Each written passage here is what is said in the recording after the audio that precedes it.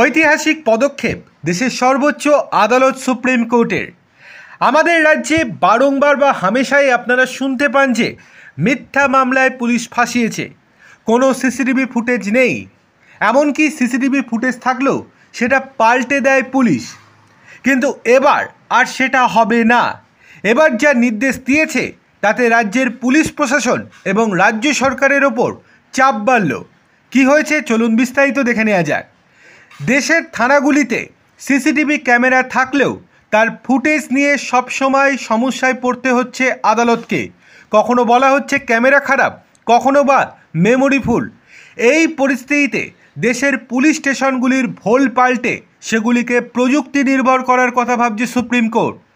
বিচারপতি বিক্রমনাথ এবং বিচারপতি সন্দীপ মেহতার ডিভিশন বেঞ্চ একটি স্বতঃপ্রণোদিত মামলার শুনানিতে জানায় তারা একটি এমন কন্ট্রোল রুম তৈরির করার কথা ভাবছে যেখানে মানুষের কোনো হস্তক্ষেপ থাকবে না, সেখানে পুলিশ হস্তক্ষেপ করতে পারবে না।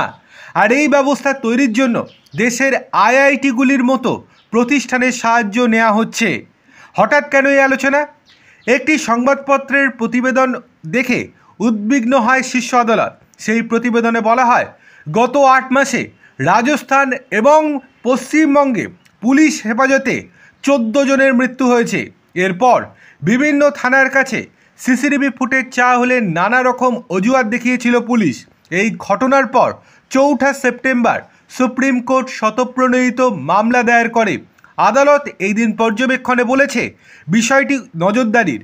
আজ কর্তব্যরত অফিসারেরা নির্দেশ মানছেন, কিন্তু ভবিষ্যতে যদি কোনো ক্যামেরা বা কেউ ক্যামেরা বন্ধ করে দেয় তাহলে কি হবে? আমাদের এর বিকল্প ভাবতে হবে। সেই জন্যই আমরা এই রকম সিদ্ধান্ত নিচ্ছি। এতে করে রাজ্যের পুলিশেরা কোনো রকমভাবে নিজেরা হস্তক্ষেপ করতে পারবে না, এমনকি সিসিটিভি ফুটেজ পাল্টে দেওয়ারও তাদের কোনো হাত থাকতে পারবে না। সত্যিটা আমরা জানতে পারবো এবং সেই বুঝে আমরা রায়ও দিতে পারবো।